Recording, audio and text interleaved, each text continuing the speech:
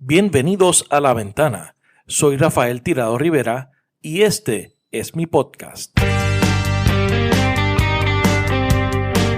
Trataremos de darle sentido a las noticias de la semana, hablaremos con datos y miraremos a Puerto Rico y el mundo desde una ventana diferente.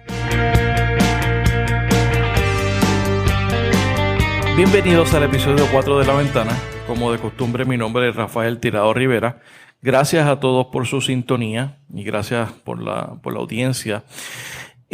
Hoy tenemos una entrevista con la senadora Rosana López León. Con ella hablamos sobre su experiencia de misionera. Ella nos dice que esa experiencia le cambió la vida. Sobre lo que aprendió de trabajar con la primera mujer gobernadora, Sila María Calderón. Sobre su salida de la Procuraduría de las Personas de Edad Avanzada el 28 de junio del 2011 bajo la gobernación de Luis Fortuño, que fueron a sacarla con personal armado. Sobre los planes fiscales aprobados por la Junta de Control Fiscal y sus planes futuros en la política. Es una entrevista un poco extensa, pero está disponible en su totalidad a través de YouTube. Aquí tenemos una versión un poco más reducida. En YouTube pueden conseguir la entrevista en su totalidad. La próxima semana tendremos una aspirante al Congreso de los Estados Unidos. Ella es Alexandria Ocasio-Cortez. Ella es una boricua del Bronx que reta al chairman del caucus demócrata en primarias que serán el 26 de junio. Con ella hablamos de promesa y de que existen otras alternativas a las medidas de austeridad, que es importante. Yo creo que debemos de escuchar y movilizar a todos nuestros familiares que viven en el Bronx y que viven en Queens para que yo creo respalden a esta joven boricua que está trabajando duro en esa campaña. También va a estar disponible esa entrevista a través de YouTube. Esa será la semana que viene. Así que te recuerdo que me sigas a través de las redes sociales como Rafael Tirado Rivera en Facebook, Twitter, Instagram y también en YouTube para que veas la entrevista de hoy con la senadora Rosana López León y la entrevista de la semana que viene con Alexandria Ocasio. También te recuerdo que es importante que nos puedes escuchar este podcast a través de iTunes, de las aplicaciones de Apple Podcast. Ahí danos un review, danos 5 estrellitas si te gusta el programa, comparte nuestro podcast. También nos puedes escuchar a través de Google Play, Stitcher y Podbean. Y te suscribes en cualquiera de esas aplicaciones y nos puedes escuchar. Este programa sube todos los viernes. Así que nada, comenzamos. Senadora Rosana López León, bienvenida a La Ventana. Muchas gracias por la oportunidad que me da y sobre todo me encanta el nombre.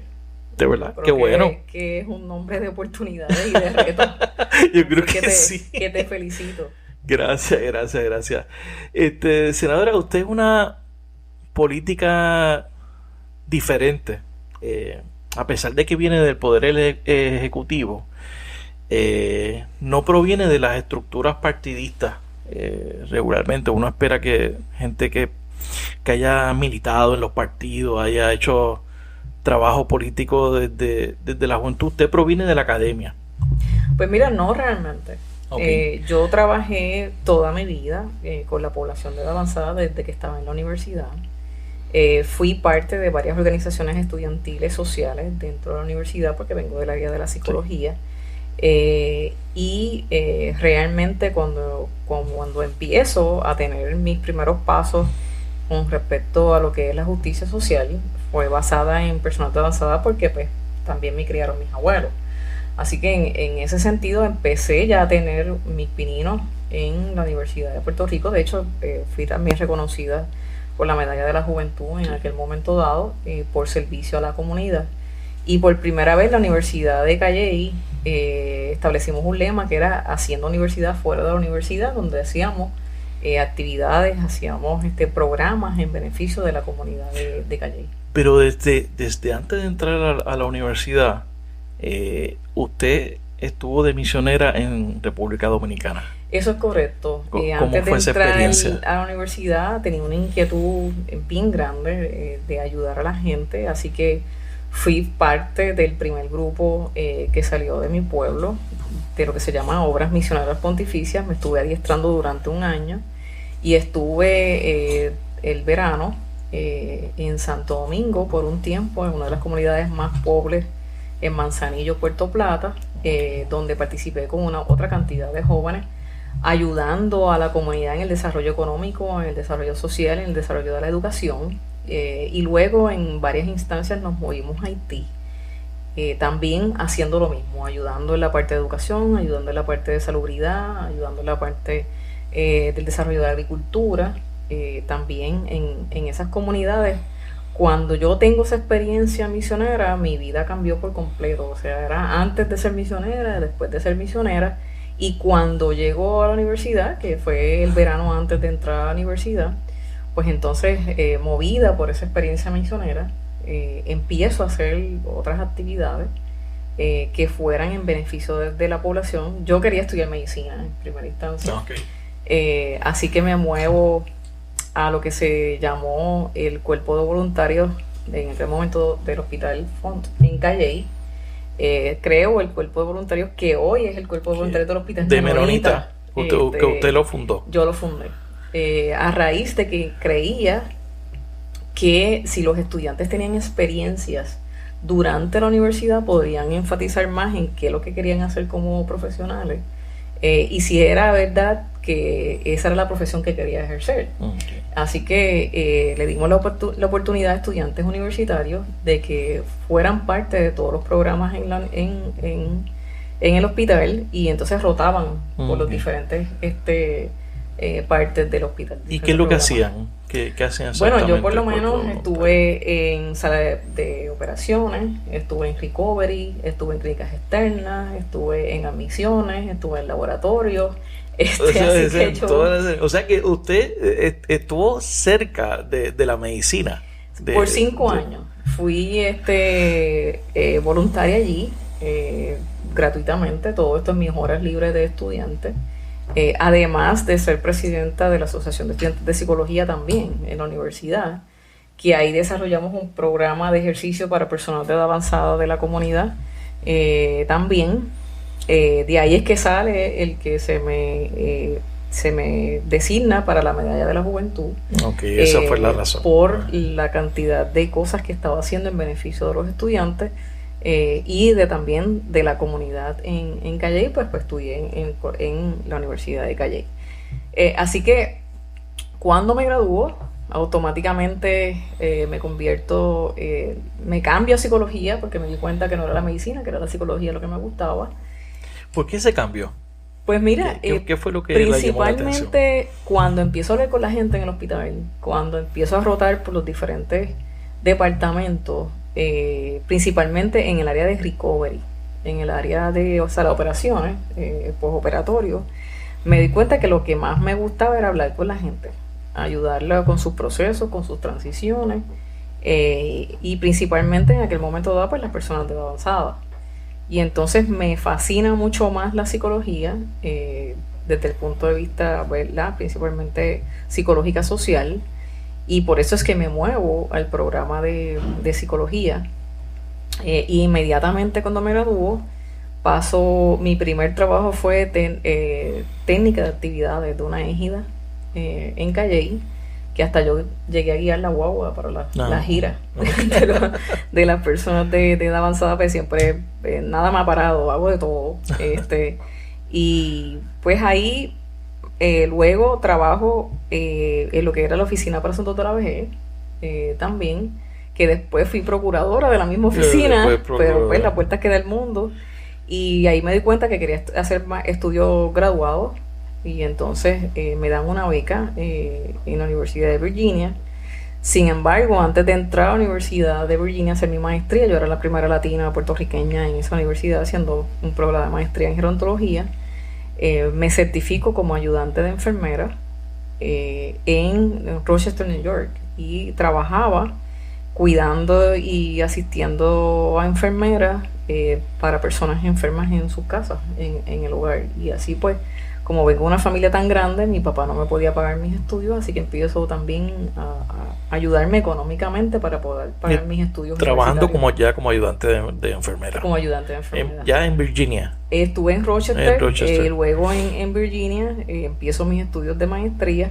Ahí ya me muevo, no a seguir mi trabajo de asistente de enfermera, sino me muevo al área de la investigación.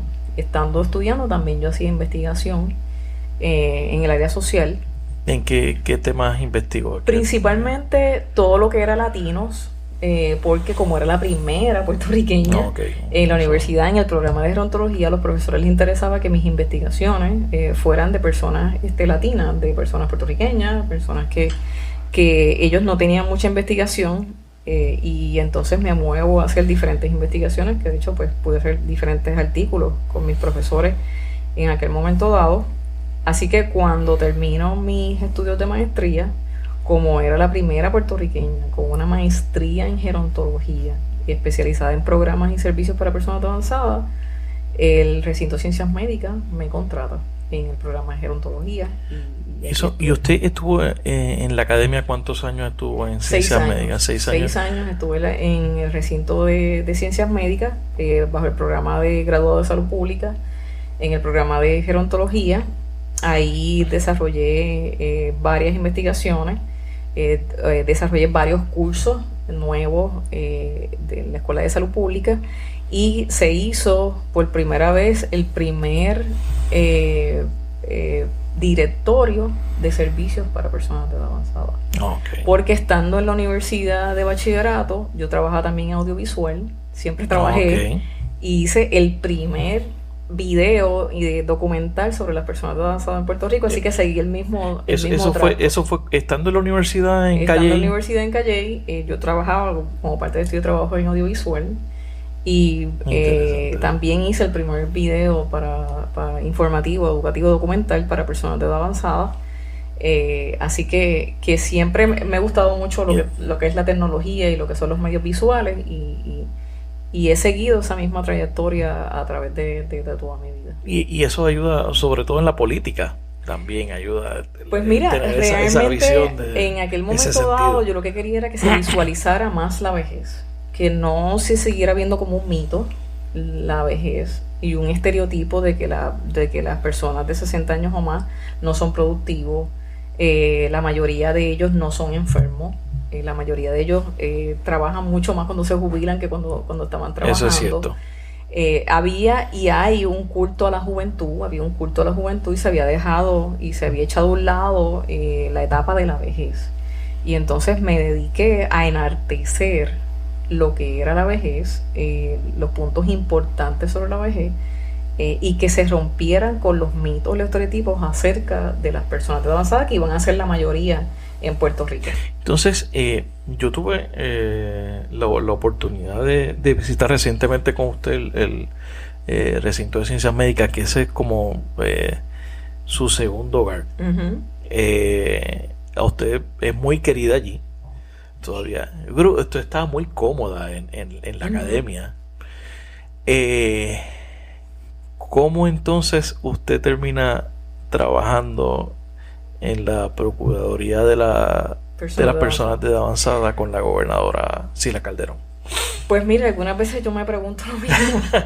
¿Cómo realmente usted sale de allí cuando yo llego de Virginia, que automáticamente la universidad me contrata, porque pues era una persona que tenía un conocimiento de profesionales que no habían en Puerto Rico, yo empiezo a desarrollar cursos de política pública para la población de avanzada.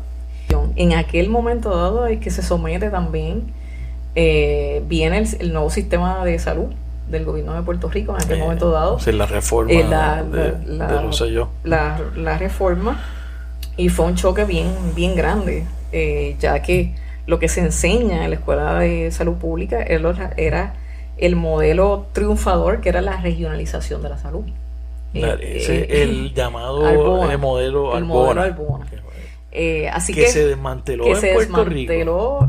Adrede para poder privatizar la salud en aquel momento dado con la tarjeta, que le decían la tarjeta La tarjetita de Rosselló. de Rosselló, que después se ha convertido en lo que se ha convertido, que se convirtió la salud en un comercio. El negocio que hay hoy. De otra cosa. Así que durante ese tiempo que estuve en la Escuela de Salud Pública, pues tuve mucho trabajo de poder llevar a cabo esto, además de que yo hacía prácticas en la comunidad. Eso me daba una idea en tierra de qué era lo que estaba sucediendo. Un día, una de las compañeras de la escuela me dijo, mira, nos están solicitando que hagamos cuáles son las propuestas que nosotros tenemos como escuela para la población de 60 años o más. Yo me dedico por varios meses a integrar esa política pública. La sometimos a todos los partidos. Y entonces pasan las elecciones y todo ese tipo de cosas.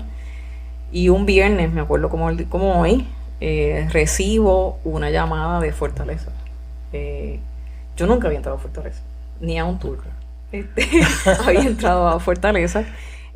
No sabía por qué me estaban llamando, porque sí. yo no era, no participaba de actividades políticas, nunca participaba de actividades políticas. ¿Y quién la llamó? Pues me llaman de Fortaleza, que la gobernadora había oído de mí. Pero no fue la gobernadora. Bueno, la gobernadora no me llama un ayudante. Por eso de la gobernadora. No fue la gobernadora. En aquel momento dado, que había oído de mí, que quería conocerme con respecto a lo que era la población de edad avanzada, que me invitaba ese mismo día a tener una conversación con ella. Y ya era obviamente ya era gobernadora, no estaba en el proceso de transición. Fue en el 2001. Fue en el 2001. ¿Qué usted pensó cuando recibió esa llamada, cuando usted enganchó el teléfono? Bueno, en primer lugar te tengo que decir que me puse media nerviosa, porque yo decía, ¿por qué yo habré hecho? ¿Por qué me está llamando la gobernadora? Después, automáticamente, yo dije, pues quiere decir que como yo he estado desarrollando política pública para la población de avanzada, pues ella quiere saber de una persona especializada en el tema, más información, así que yo pues estaba dispuesta a ofrecer esa información. Cuando vengo a hablar con ella, ese mismo día llegué a Fortaleza, y para sorpresa mía, cuando empiezo a hablar con ella sabía de todo lo que yo había escrito, y de todo lo que yo cómo se había trascendido la parte de política pública, y ahí me ofrece ese mismo día la posición de la directora de Asuntos de la Vejez. Oficina de la Gobernadora, Oficina para Asuntos de la Vejez. Que esa es la precursora de la Procuraduría. De la Procuraduría. Y entonces... cuando usted salió de Fortaleza, que usted llamó a su mamá, llamó a su... ¿Qué pasó por su mente? Bueno, yo me acuerdo que todavía los celulares estaban por tarjeta. En aquel momento dado, ya yo había llamado a mi papá antes de llegar a Fortaleza, que iba a tener esta conversación con la gobernadora, y cuando salgo, pues yo le dije, pues mira, me acaba de la gobernadora solicitar. Yo, sin preguntarle nada más, le dije que sí, que sí, que estaba disponible para hacerlo, y me dice, pues empieza el lunes. Yo jamás pensaba que iba a ser tan rápido, pero sí, fue un reto bien grande, pero a la misma vez muy contenta, porque ya lo que había hecho con mis estudiantes de desarrollar política pública, pues lo iba a poner a implementar. Exacto, ejecutarlo. Y una de las cosas que iba a ser una persona especializada en el tema, con educación en el tema, y que me gusta trabajar con la población de edad avanzada. Así que empecé inmediatamente, reestructuré completamente la oficina. Cuando empiezo a ver los cambios de la ley federal, me doy cuenta que la oficina tenía unos conflictos, y el gobierno federal le había enviado unos comunicados al gobierno de Puerto Rico de que esa oficina tenía que ser independiente, de que esa oficina era fiscalizadora del mismo gobierno y de entes privados. O sea, por lo tanto, no podía estar bajo la oficina de la gobernadora, porque habían hecho unos cambios a la ley federal. Entonces empezamos a trabajar con eso. Yo le pido una nueva reunión a la gobernadora de lo que estaba sucediendo, de los señalamientos que había con respecto a la parte legal. Tuvimos varias conversaciones con respecto a esto, y yo me convierto, se hace la ley, nosotros mismos hicimos la ley en aquel momento dado basado en la ley federal.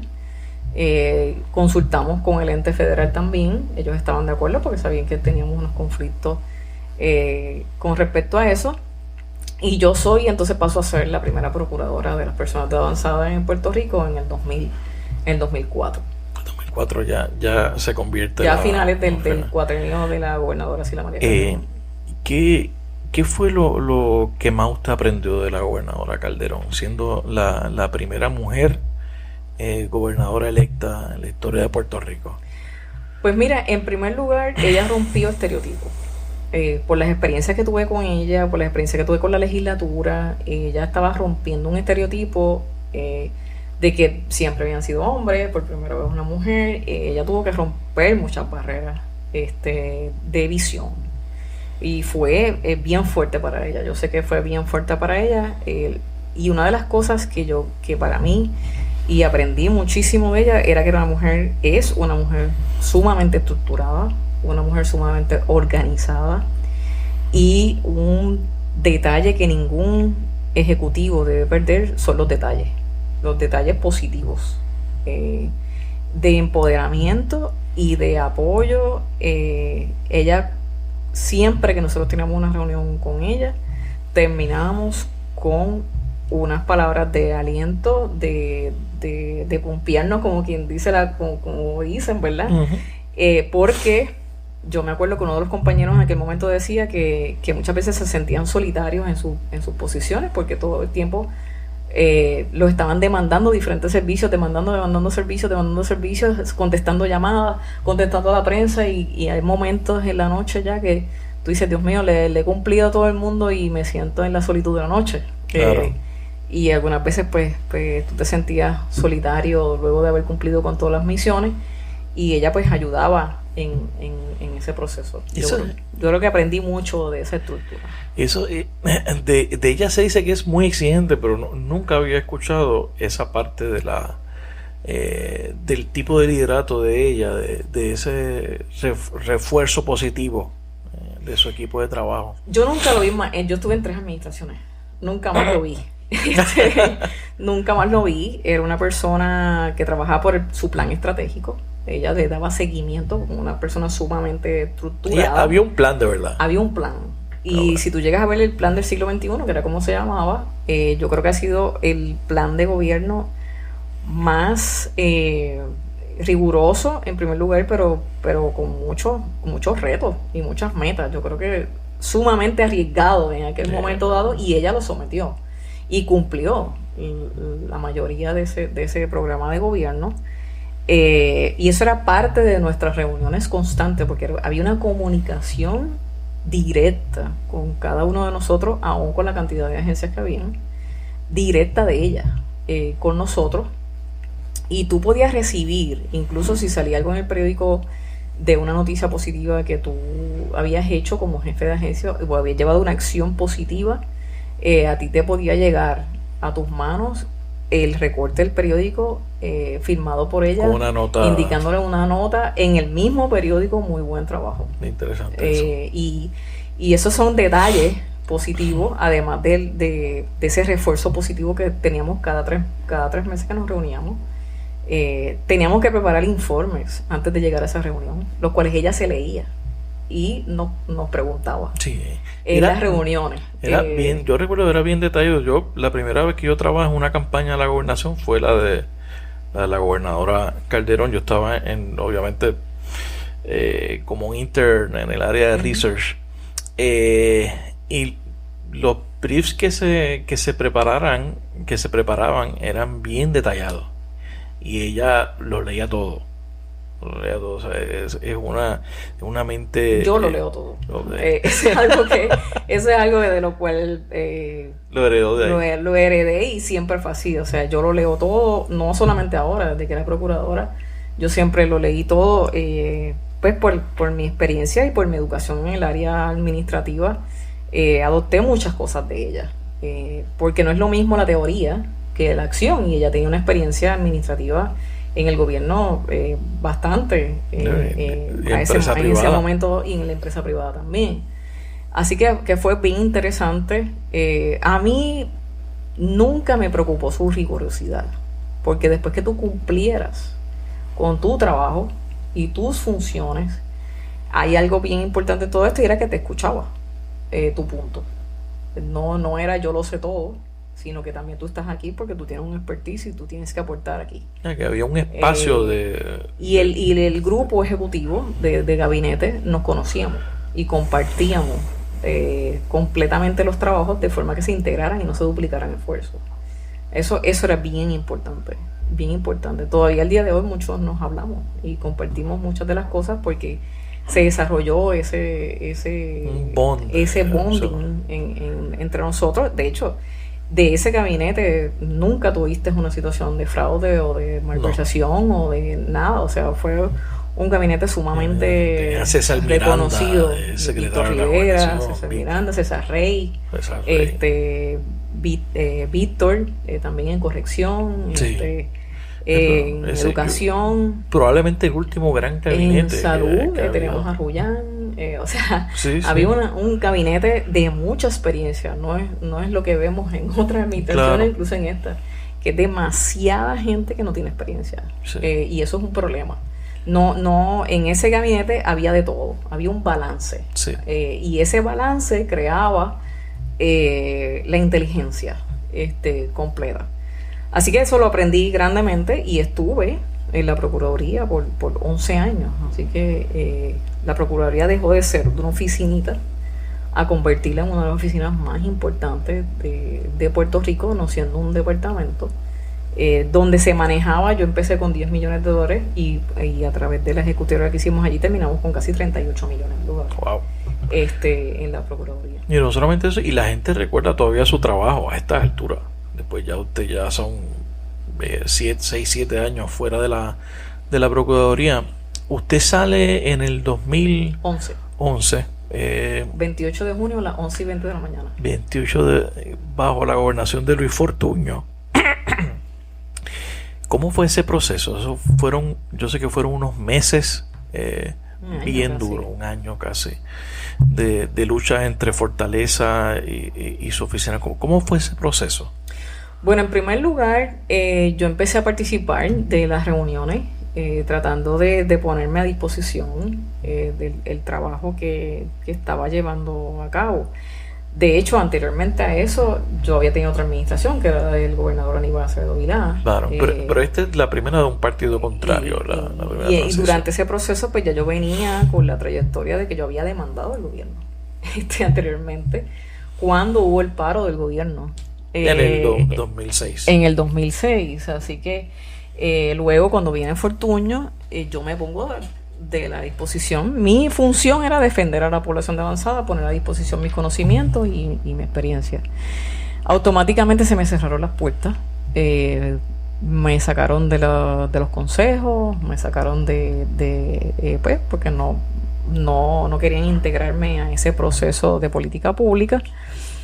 Cuando yo empiezo a tener encontronazos que iban en detrimento de la población, y que yo no iba a de ninguna manera poner en un segundo lugar a la población para la cual yo me había juramentado, y a la cual yo me servía y le servía principalmente, perdón. Así que cuando empezamos a tener los problemas de que no se le daba prioridad a la población de avanzada, el Departamento de la Familia no estaba llevando a cabo sus funciones, mi labor también era fiscalizar las leyes que se llevaran a cabo. Varios de los departamentos no estaban llevando a cabo las leyes a las cuales se les había designado unas funciones. Empieza esta situación de la Ley 7, también, que iban a despedir empleados. Empezamos a tener una serie de problemas porque pues mi función era defender, de fiscalización. De fiscalización y de política pública en la población. Así que empieza esta lucha terrible, que para mí fue terrible, porque entonces tuve que dejar de hacer cosas que para mí eran importantes para la población de avanzada para ponerme a luchar contra un gobierno totalmente insensible, un gobierno que no tenía como prioridad a la población de edad avanzada bajo ningún concepto, por las acciones que tú estabas viendo todos los días, con evidencia, porque no era sin evidencia, yo siempre he trabajado con evidencia. Empiezo a llevar a tribunales a diferentes agencias, principalmente el Departamento de la Familia, de que no atendían a la población, de que había mucha gente en condiciones infrahumanas. Empezaron, por otra parte, a cuando un empleado, cuando yo tenía disposiciones dentro de la oficina, me congelaban las plazas siendo pagadas con fondos federales, con la intención de estrangular el trabajo que se estaba haciendo allí. Empezamos a tener ataques cibernéticos desde OGP con virus a nuestros sistemas de computadora, a nuestros servidores. Eso yo no lo había escuchado. Desde OGP, ataques cibernéticos a la oficina. Para poder entrar al servidor, detuvimos. Nos peticionaron en momentos dados los passwords del servidor, cosa que yo no podía hacer porque yo manejaba un montón de millones de dólares y eso estaba bajo mi nombre, no estaba bajo el nombre del gobernador. Empezaron muchas persecuciones, incluso a mí me persiguieron en mi carro de noche, a mí me amenazaron de muerte en varias instancias, amenazaron con utilizar mi firma para autorizar documentos. Fue una batalla todos los días. Todos los días se inventaban algo. Todos los días se inventaban algo. Lo único pues que ellos no sabían que mientras más hacían este tipo de acciones, más fuerza yo tenía. Así que si querían lograr intimidarme, estaban causando lo contrario. Y como yo conocía tanto la ley federal, tenía excelente comunicación con el gobierno federal. El gobierno federal me había reconocido muchísimas veces porque se habían perdido muchísimos fondos federales anteriormente y habíamos recuperado la confianza del gobierno federal al punto de casi triplicar los fondos en la Procuraduría Personalizada con el equipo extraordinario que tenía. Tenía casi 400 empleados que hacían el trabajo algunas veces más que departamentos completos, que no se veía el mismo efecto. Se hicieron muchas cosas nuevas, muchos programas para la población de avanzada, muchas leyes nuevas para la población de edad avanzada, y logramos lo que no se había logrado hace años, que por primera vez los viejos se manifestaran al frente del Capitolio. Aquello fue una manifestación de casi 4,000 personas. Nunca ha pasado en la política pública de nuestro país. El país no estaba acostumbrado a que las personas de avanzada protestaran. Y eso que es algo muy común en otros países. En otros países. De las pensiones. Así que ahí rompimos un primer estereotipo. ¿Y esa protesta fue por qué? Esa protesta fue cuando empezaron a querer eliminar la Procuraduría de las Personas de Avanzada. Cuando empezaron a desarrollar política pública con la intención de quitarle la independencia a la Procuraduría de Personas Avanzadas, y por ende iba a tener unas repercusiones en las áreas sociales que iban a impactar a más de 800,000 personas de 60 años o más. Estábamos hablando de comidas en el hogar, de enfermería, de transportación, de actividades, de medicamentos, muchas cosas que estaban en juego. Así que hicimos esta primera manifestación.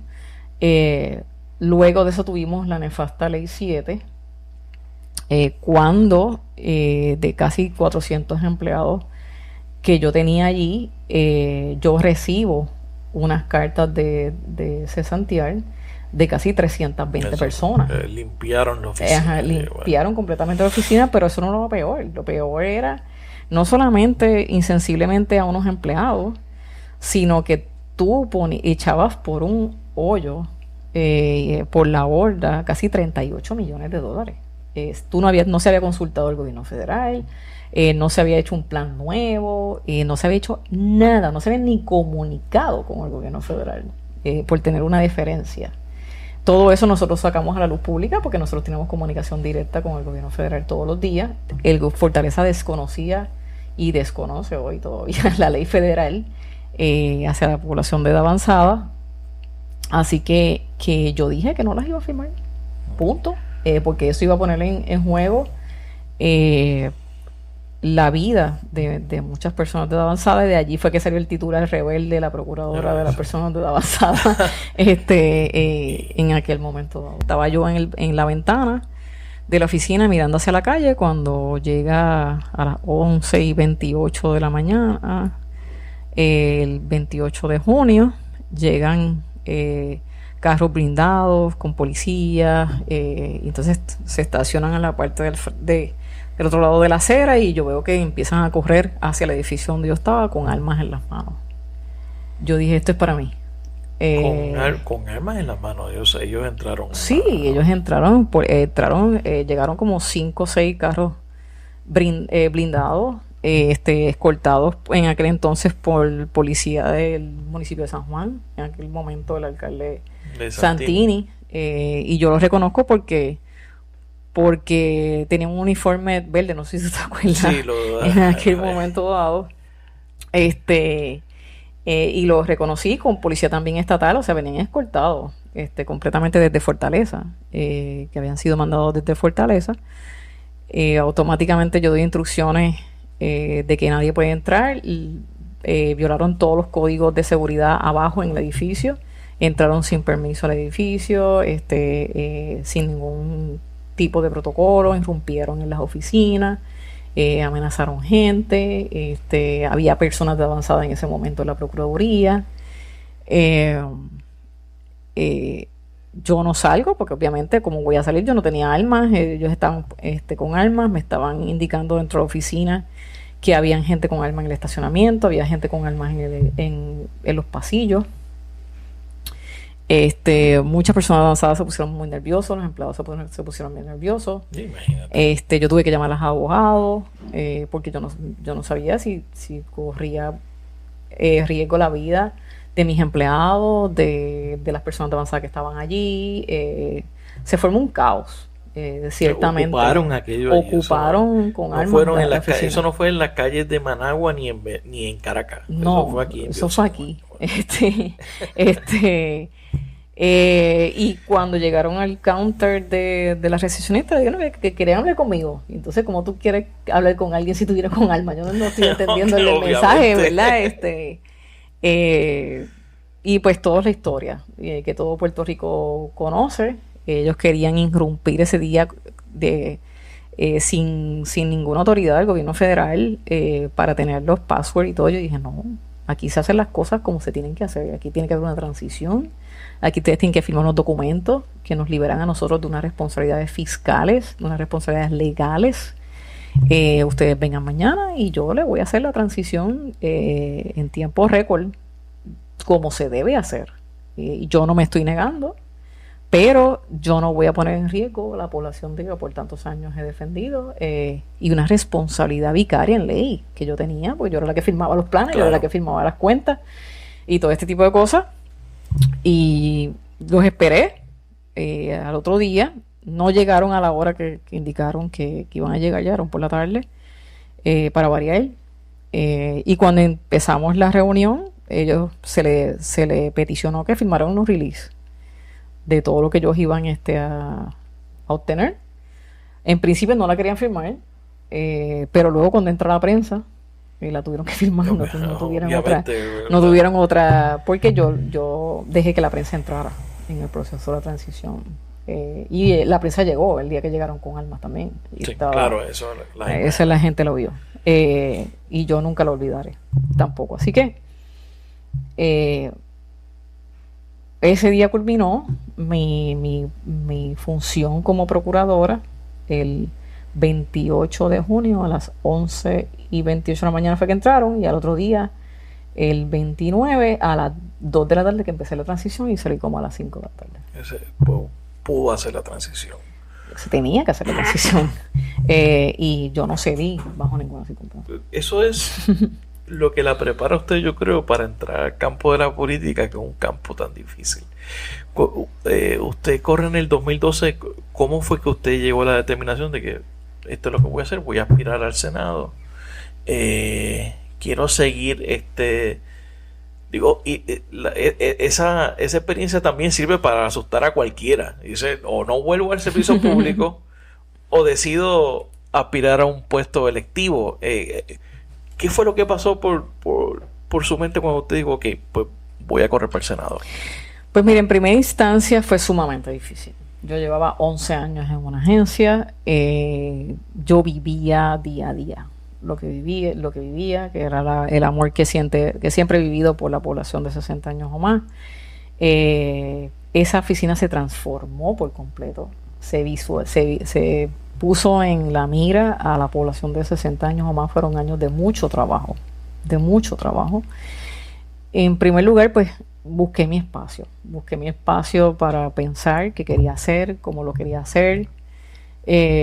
Sin embargo, al fin y al cabo me di cuenta que no podíamos dejarle espacios, aunque yo nunca había estado en la política, aunque nunca había ido a una caravana, aunque nunca había ido a una actividad política.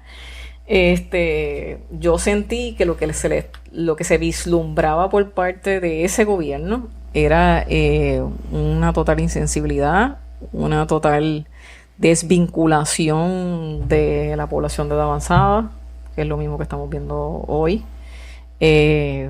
Y sobre todo, todo lo que se había hecho, echarlo por la borda. Ahí es que yo decido entrar al campo político, el cual, en un sentido, una de las cosas que yo he permanecido haciendo es que, al no tener la influencia de tantos años antes, yo vengo con la visión, y todavía sostengo la visión, de que teníamos que ser gente diferente en la política, de que somos gente diferente en la política, haciendo lo que nuestros valores y nuestra forma de pensar nos indican, y cuáles son las mejores formas de defender a la población. Uno, crear un espacio que no lo llenara otro que no representa a los ciudadanos en nuestro país. Porque esto no es cuestión solamente de ganar, esto es cuestión de prevalecer para que otros que vienen a hacer mal al país también no entren, quien sea. Y pues mi función fue principalmente en eso. Fue una campaña fuerte, porque yo estaba sin trabajo. Fue un proceso bien difícil también, emocional y económicamente. Aunque yo no me ganaba mucho en la Procuraduría, pero dejé de ganar cero. Claro. Y la persecución no fue más allá del 28 de junio. Cada vez que yo iba a algún sitio a solicitar dinero, casualmente aparecía que de momento no me podían dar trabajo. Porque alguien había llamado, porque alguien se había enterado. O sea, me empezaron a cerrar todas las puertas habidas y por haber, para estrangularme completamente en ese proceso. Así que no fue solamente hasta el 28 de junio. O sea, yo seguí teniendo ese tipo de situaciones, y eso me apoderó mucho más, me molestó mucho más. Así que cuando yo entro a la política, entro con coraje. Hay coraje detrás de hay coraje de querer hacer daño a una población que está totalmente en unas condiciones que no se le tomaba en consideración. El nivel de insensibilidad crasa, y que se pretendiera callar la voz, yo no lo iba a permitir. Yo no iba a ser parte de eso. Sí, yo creo que eso le dio a usted una fuerza, una independencia de criterio, uh-huh, que la ha ejercido bajo el Partido Popular y obviamente bajo la administración del Partido Nuevo Progresista. Usted el cuatrienio pasado luchó en contra de medidas similares a las que se iba a tomar en cuanto a las pensiones, uh-huh, de los servidores públicos. Usted le votó en contra a las medidas, usted le hizo frente a las propuestas de privatización de la Autoridad de Energía Eléctrica, a educación. 4 años después estamos viendo lo mismo, uh-huh, el mismo proceso. ¿Qué le dice eso a usted del estado de la política en Puerto Rico en cuanto a las cosas que se están impulsando, algunas por la Junta de Control Fiscal, otras desde la legislatura? Mira, en primer lugar, una de las cosas que yo siempre digo es que quienes entremos a la legislatura tenemos que estar bien conscientes de la responsabilidad que tenemos. aquí no es solamente apretar un botón y votar porque otro me lo diga. Tú tienes una responsabilidad de leer, tú tienes una responsabilidad de buscar información, tú tienes una responsabilidad de hablar con la gente, de tener el oído en tierra, de visitar los municipios. Yo tengo una política de visitar por lo menos 2 pueblos semanales y eso siempre ha sido así. No es de ahora, porque es como único tú también te puedes poner en constante oído en tierra de las necesidades que hay. Y tú tienes una responsabilidad. No importa si tú estás en mayoría o estás en minoría, y a mí me tocaron legislaciones muy importantes como presidenta de la Comisión de Derechos Civiles, Participación Ciudadana y Economía Social, todo lo que fue trata humana, todo lo que yo fui autora del bullying, se me aprobaron más de 40 proyectos, que son leyes hoy. Se sometieron más de 100 medidas legislativas, siendo una de las legisladoras con más proyectos aprobados y firmados por el señor gobernador en el cuatrienio pasado. En este proyecto, lo que llevamos de cuatrienio ahora, más de 50 medidas que he radicado y hasta el gobernador me ha firmado 2. Tengo 2 leyes de esta administración, pero lo que te quiero decir es que en ese sentido la gente tenemos que estar bien conscientes de quiénes elegimos. Y eso es sumamente importante, no porque tú seas del Partido Nuevo Progresista, pues entonces, aunque pues tú entiendas que esta persona es la mejor, pues tú tienes que hacer todo lo posible para que tengan los mejores candidatos. Y si tú ves una trayectoria de gente que ya ha estado anteriormente, no la debes apoyar en esos procesos. Y sobre todo, tú tienes que tener tu independencia de criterio. Tú pones el conocimiento en la mesa, porque si yo he sido una persona mediadora todo el tiempo, siempre pongo el conocimiento en la mesa. No me gustan los bochinches, no me gustan las peleas. Yo creo que con eso lo que hacemos es perder el tiempo y perder energía. Vamos a lo que tenemos que hacer y ya. Y siempre me pongo en la disposición de quien sea, de la mayoría, de la minoría. En este momento me respeta muchísimo por el tema de la vejez, aunque entiendo que se puede hacer mucho más de medidas que se han radicado, que no se ha hecho hasta este momento. Pero yo creo que la legislatura tiene que tener unos rumbos nuevos, unos rumbos de cómo trabajar, de cómo garantizar que sus miembros hagan el trabajo que tienen que hacer. Distritalmente, por acumulación, como sea, pero que también si tienen un conocimiento, lo pongan encima de la mesa para trabajar en equipo. Yo creo mucho en el trabajo en equipo. Fue algo que disfruté muchísimo en la administración de Sila María Calderón, trabajar en equipo, y eso rindió muchísimos logros en aquel momento dado que hoy prevalecen, y eso es lo que la gente quiere, que dejemos de pelear y que nos pongamos a trabajar en unión. Lo que pasa es que siempre hay una cosa política que es más para las gradas que la realidad. Y nosotros los puertorriqueños también tenemos una responsabilidad de no hacer caso a todo lo que diga la prensa, que nos manipulen como en nuestra visión o nuestra forma de pensar, claro, ¿verdad? Sino que también podamos hacer un análisis crítico de todo esto. La responsabilidad también de exigir otra política, algo que sea diferente. Una política diferente y que no sea que la transparencia esté ahí, que es uno de los problemas que ha tenido esta administración, de que hoy dicen una cosa, mañana dicen otra y van para atrás y para adelante, para atrás y para adelante, porque hay un desconocimiento y una falta de experiencia terrible, que lo dijimos desde el principio. El gobernador ha demostrado que no tiene ni la capacidad, ni la experiencia, ni la transparencia, y su equipo de trabajo constantemente miente al país. Lo hemos visto en los planes fiscales, lo de las pensiones, él es el que las somete, después dice que es la Junta. Y lo pueden ver, los documentos, si la gente lo lee, en marzo del 2017, claro, ahí está lo de las pensiones. El gobernador es el que somete lo de la reforma laboral, y ahora entonces dice que es la Junta de Supervisión Fiscal. Sin embargo, ahora mismo tenemos en cuanto a las pensiones, a los pensionados en el tribunal defendiendo sus pensiones, claro, y tú no ves al gobierno defendiendo las pensiones. Pues vamos a los planes fiscales ahora, pero me gustaría ver en el Senado. Yo estuve mirando, o sea, y no hay una mujer en una posición de liderato. O sea, ni presidente, ni vicepresidente, ni portavoz alterno en ninguna de las delegaciones.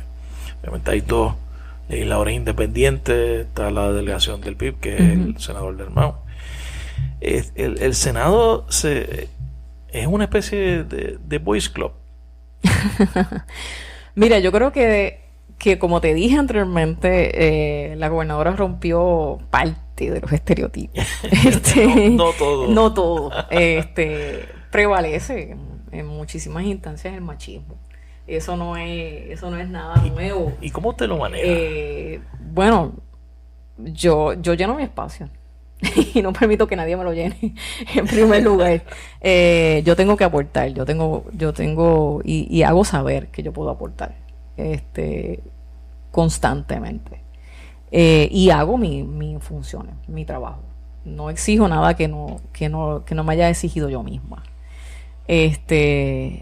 Pero tienen que también postularse a mujeres que sean capaces de lidiar con eso y no ceder, porque tenemos compañeras que ceden automáticamente a la falta de respeto, a la situación de maltrato, la forma en que se le trata, en primer lugar, y en segundo lugar, que representen a la mujer, que sean dignas representantes de la mujer. Hay varias compañeras en Cámara y en Senado que para mí no representan a la mujer puertorriqueña. Ceden completamente a cosas que no deberían ceder. Y se quiere crear la impresión de que se apoya a la mujer y todo ese tipo de cosas, pero cuando tú vas a la realidad, no. Que es de la boca para afuera. No es así. No es así. Así que en ese sentido tienen que ser mujeres que sean ejemplo, que sean capaces de ser mediadoras, que sean capaces profesionalmente de aportar, que no cedan a cosas que no debemos ceder bajo ninguna circunstancia, y que se nos demos a respetar en todas las instancias, y eso es algo que fíjate, la mayoría de las votantes son mujeres. Y tenemos mujeres machistas. Sí. También. Sí, Así que probablemente el hombre machista también, producto y algunas veces pues las mujeres no somos tan solidarias como deberíamos serlo por el estereotipo y la cultura, ¿verdad? Es una cuestión cultural. Una cuestión cultural. Pero pues eso se ha roto en varias instancias. La mujer es la más que se educa, es la más que estudia. Ahora mismo en la universidad somos la mayoría. ¿Por qué no buscar mujeres que realmente nos representen? Realmente nos representen. Y en ese sentido yo creo que nos falta todavía camino por recorrer. Vamos a los planes fiscales. Usted hizo unas denuncias sobre los planes fiscales con relación a los pensionados y a las personas de edad avanzada.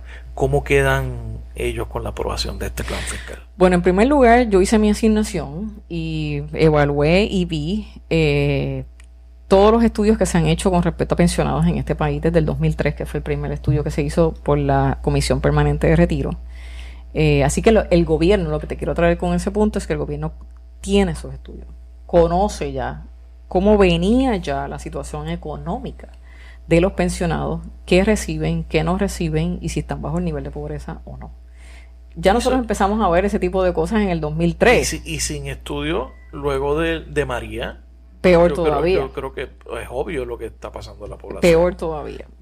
Así que hice una evaluación completa y entonces empiezo a ver, el último estudio que se hizo socioeconómico fue en el 2011 y continúa en ascenso la cantidad de pensionados bajo el nivel de pobreza por individuo, lo que los colocaría en una situación no de pobreza, sino de extrema pobreza, que al fin y a la postre, si tú los llevas o los empujas hacia la extrema pobreza, van a caer a expensas del gobierno, así que tú no estás haciendo nada si tú quieres hablar solamente de dólares y centavos, sino que estás poniendo en detrimento la calidad de vida de una población, y encima de eso le vas a crear más costos a una economía ya deprimida que tenemos en Puerto Rico, y con la situación de la emigración, pues más todavía, ¿verdad? De la población productiva, como se le llama laboralmente.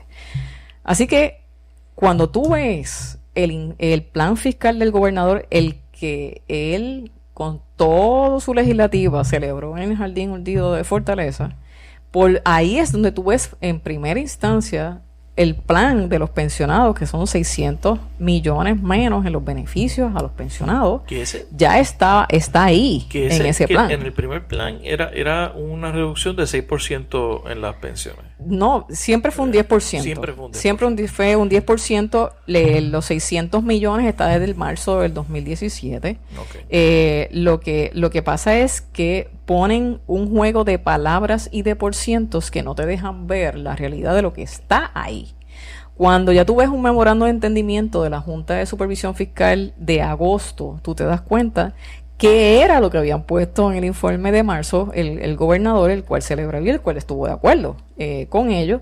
Y entonces ahí dice que el 25% de los pensionados, que hoy son 133,368, para serte específica por los reportes de auditorías hechas al 2015, que están en el mismo plan fiscal, lo citan en el mismo plan fiscal, dice que el 25% no se le eliminará el 10%. Así que si tú no van a tener una reducción un 25%, pues el 75% sí la tendrá. Exacto. Sí la tendrá, que empezará desde un 5 hasta un 25%. No es 10. Exacto. Es hasta un 25%. El 10, ellos dicen el 10, obviamente lo utilizan como que es el promedio de la... Bueno, no sé quién le sacó el promedio, pero o si saben que es un promedio. Pero en este caso, hay gente que va a empezar quitándole unos $53, pero hay gente que va a llegar hasta $500, que le van a hacer una reducción. Wow. Lo que pasa es que para hacerle esa reducción, están tomando en consideración lo que recibe la persona de pensión estatal y lo que recibe del Seguro Social. Ambos tú los aportaste como pensionado. Pero ¿qué pasa? Que esa persona no solamente se le elimina eso de su cheque, hay unos descuentos que se le hacen a ese cheque. Por lo tanto, la mayoría de esos pensionados sí cualifican para la reducción porque solamente se le está contando lo que reciben bruto, ¿verdad? En total, de pensión y de seguro social, pero no se lo toma en consideración a ver si iban a hacer la reducción o no, los descuentos que le hacen. Así que por eso es que la mayoría de la gente va a caer en extrema pobreza, porque cuando tú le haces esos descuentos, tú te das cuenta que se quedan en 700, en 800 pesos. No son 1,000, como hemos oído por ahí. Eso es lo que iba. Carrión dice que ellos tiraron una línea en $1,200. $1,000. $1,000. Y entonces, pues que nadie va a estar debajo de los $1,000. Porque entonces, y obviamente eso evitaría que la gente caiga en los niveles de pobreza. O sea, ¿eso es cierto lo que...? Bueno, no es cierto, no es cierto. O sea, si tienen $999, o sea, $1, la diferencia... Pero la cosa es que no es $1. Hacer nada. No es que tampoco la diferencia es $1 de 999. O sea, la mayoría van a quedar entre $500 a $800. Que esa es la indigencia total. Esa es la indigencia total. Eso se ve en medicina. Bueno, según los mismos estudios, tienen una proyección de descuento, un promedio de $100. En medicina tienen pagando adicional a lo que el gobierno le paga del seguro de salud, casi $200. Y por otro lado, si están pagando préstamos de AELA o de otros descuentos que le están haciendo, pues va a ser mucho menor. Eso sin decirte agua, luz, renta, los gastos básicos que puede tener y servicios de salud, que tampoco se los paga el sistema. Así que eso te trae unos agravantes terribles para la población. Primero porque los vas a poner en desventaja, la calidad de vida va a ser pésima, los hijos que cuidan sus padres va a ser también una situación difícil ante ya la situación difícil que tenemos en nuestro país. Por otro lado, tenemos muchos hijos que se han ido de Puerto Rico y han dejado a sus padres aquí, que eso también pues tiene otros agravantes. Y por otro lado, tú vas a parar la economía, porque eso se aportaba a la economía, las pensiones. También, y entonces después tú ves a Carrión decir que los bonistas van sobre el pago de los bonistas va sobre el pago de las pensiones. Pues claro, porque este gobierno eliminó el fideicomiso donde estaban los sistemas de retiro, y si los hubieran mantenido ahí y hubieran pagado como ellos dicen que están pagando las pensiones, tú los ponías menos vulnerables de ponerlos en una deuda de pote del Fondo Federal, del Fondo General, y ahí los pones más propensos a que los bonistas cobren su dinero. Por eso es que ahora mismo los pensionados, la Organización de los Pensionados está en el Tribunal Federal, que ciertamente Carrión no es el que va a decidir, ni la Junta tampoco. La que va a decidir en todo esto es la jueza Swain. Taylor Swain en el Tribunal Federal, que yo espero tome en consideración la realidad económica de los pensionados de este país, porque si ella está ahí para resolver o ayudar la situación económica de Puerto Rico y lo que podamos lidiar, la alternativa no es llevar a la extrema pobreza a una población que también aporta a la economía de alguna otra forma y va a terminar estando a expensas de un gobierno. Y entonces, el tema, yo sé, un tema que le interesa mucho también, el de la universidad. Como yo creo que usted ha tratado un análisis sobre cómo quedan los estudiantes. Eso es correcto. Cómo queda la universidad luego de este plan fiscal, especialmente los estudiantes. Pues mira, yo sometí una resolución de la pobreza en los estudiantes universitarios después de casi más de un año. Ayer fue que solicitaron unas ponencias acerca de la misma, pero eso a mí no me paró, así que yo empecé a buscar documentos, empecé a buscar compañeros del área de la economía, el área de la demografía, también de recinto de ciencias médicas, que siempre se han puesto en disposición, y hicimos un estudio de cuál era la situación de los estudiantes universitarios. Llegamos a la conclusión, porque también se vio los estudiantes de escuelas privadas, de universidades privadas, que ciertamente le va a sobrar menos de beca a los estudiantes, cuando ya hoy tenemos casos que no le da, y por otro lado van a coger, si se quedan en la universidad, que eso es un detalle importante, si se quedan en la universidad, se quedan en Puerto Rico, o se quedan en Puerto Rico, van a coger más préstamos, más cantidad de dinero en préstamos estudiantiles. Vas a salir con una deuda mayor. Pues entonces tú te vas a salir con una deuda mayor en bachillerato, que usualmente tú entras de alguna instancia en préstamos ya en doctorado o en maestría. Y eso, con la situación económica y de falta de empleo en nuestro país, pues lo pone mucho más difícil. O sea, tú, la persona sin haber empezado a trabajar, ya lo tienes en una situación, en un estado económico difícil, porque ya está endeudado completamente. Y las deudas son mayores en los estudiantes de escuelas de universidades privadas que en la Universidad de Puerto Rico. Pero si tú haces lo que el gobernador en su plan una vez más puso, o sugirió, o sometió, que es atemperarlo a los mismos créditos que tiene la universidad privada, pues entonces vas hacia el mismo bote, de que vas a endeudar más a los estudiantes y vas a tenerlos en una pobreza que los vas a llevar o a irse de Puerto Rico, o a no estudiar, o a la situación de irse para otros países que no sea Estados Unidos, después que la universidad invirtió en ellos, principalmente la Universidad del Estado. Hay muchos estudiantes en Santo Domingo, en México, en Costa Rica, en España, se han ido para otros sitios, en México, y también vas a tener otro problema, porque si tú eliminas cursos, currículos dentro de la universidad, el tipo de estudiante, la educación de ese estudiante, de análisis crítico, de ser uno de los mejores estudiantes en el mundo, porque aquí vienen a buscar estudiantes de todo el mundo, incluso de los Estados Unidos, no va a ser el mismo. Y vamos a tener un estudiante de sumar y gestar, y de eso no se trata. De hecho, nuestros estudiantes siempre han sido reconocidos por el currículo que tienen, que es integral, que es de análisis crítico, que es más abarcador, no es va a ser una función y se acabó, como si fueran autómatas. Están creando autómatas. Exactamente. Lo que pretenden hacer. Eso es correcto. Y eso también, cuidado con eso, porque también hay gobiernos como este que pretende manipular a la gente hasta lo último de las consecuencias. Eso es muy cierto. Vamos concluyendo ya la entrevista. Usted anunció su disponibilidad para por lo menos considerar la alcaldía de San Juan. O la presidencia del Senado. Uh-huh. ¿Cómo está ese proceso? Mira, El proceso es el proceso. Yo en primer lugar soy sincera, yo no tengo por qué mentir. O sea, si lo estoy evaluando, lo estoy evaluando. Para muchos que es muy temprano, yo soy Rosana y he hecho las cosas diferentes y de hecho, por eso es que sigo aquí, porque sigo haciendo las cosas diferentes y pensando, teniendo independencia de criterio.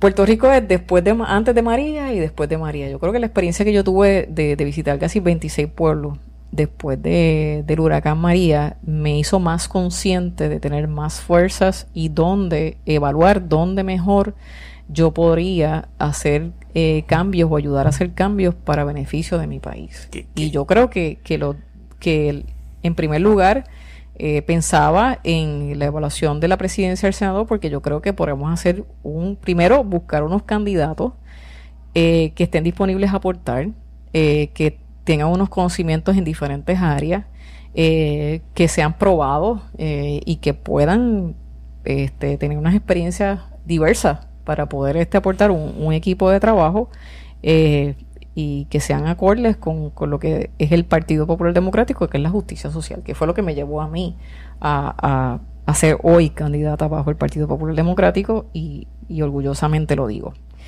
Y en segundo lugar, una vez la alcaldesa expresa que posiblemente podría estar, eso lo veremos después, si se oficializan las candidaturas, ser ella la candidata a la gobernación, pues a mí me preocupa grandemente el hecho de que caiga en manos de gente inescrupulosa o gente que no valorice lo que somos los puertorriqueños y las puertorriqueñas en la capital, tan importante que es en cierto sentido el micro de los problemas que tiene el país en su un microcosmo de lo que es Puerto Rico. Sí. Así que yo no puedo evadir una responsabilidad. Estoy en este momento conformando mi equipo de trabajo, ya sea para uno o para otro, pero enfatizando en qué debemos hacer. Cómo lo debemos hacer, oyendo gente, escuchando gente. Una de las cosas que a mí más me gusta es escuchar a la gente. Experiencias vividas, qué es lo que están viviendo, cómo lo están viviendo y que me digan paso por paso qué es lo que está sucediendo. Eso lo sigo haciendo y eso me ayuda muchísimo. Yo considero que tengo mucha experiencia en equipo de trabajo. Lo hice por 11 años en el Ejecutivo como procuradora, con un equipo de trabajo seccional, porque las cosas tú no las haces sola. Tú tienes un equipo de trabajo, tú tienes que tener la capacidad de conformar ese equipo de trabajo, de tener una capacidad de dirigir un equipo de trabajo y que ese equipo de trabajo a su misma vez se sienta orgulloso de lo que hace y de lo que puede hacer para un país. Nosotros no tenemos tiempo para perder. Yo creo que ya la gente está cansada de lo mismo. Nosotros tenemos que empezar a hacer cosas que vayan acorde con las necesidades y no para las gradas. Yo no hago política pública para las gradas. Eso es una pérdida de tiempo. Tú tienes que empezar a hacer cosas reales, que realmente busquen, que toquen a la gente. Que toquen a la gente. Yo no sé por qué están perdiendo el tiempo en la pelea chiquita constantemente, o en quién es el más guapo de la película o no, o la más guapa de la película. De esto no se trata. Y volvemos al discurso machista otra vez. Exacto, o sea, y entonces la gente en el medio, sufriendo, muriéndose, porque todavía yo veo gente que no tiene luz que se está muriendo. Y un gobierno que si fuera tan real y más transparente, pues entonces no estaría gastando millones en los valores cuentas, no estaría dándole millones a una universidad en los Estados Unidos cuando tiene una de las mejores universidades del mundo, la Universidad de Puerto Rico, para evaluar la situación de las muertes. Ya mismo vamos para una temporada de huracanes y aquí no se ha movido nada. Nadie, y hay gente que todavía no tiene luz, hay pueblos que no tienen luz.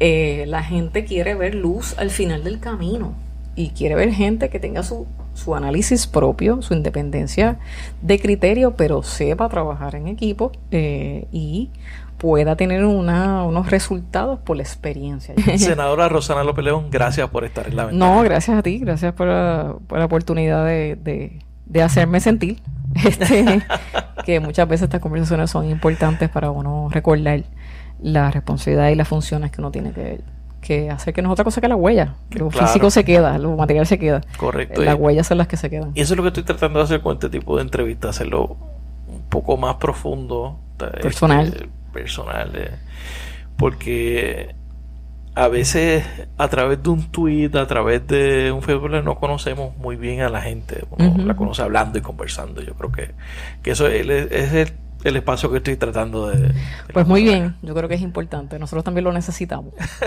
Gracias. Muchas gracias. Gracias por escuchar este episodio de La Ventana. Sígueme en las redes sociales, búscame como Rafael Tirado Rivera en Facebook, en Twitter, en Instagram. La Ventana es una producción de Change Lab Media para Rafael Tirado Rivera. Hasta la próxima.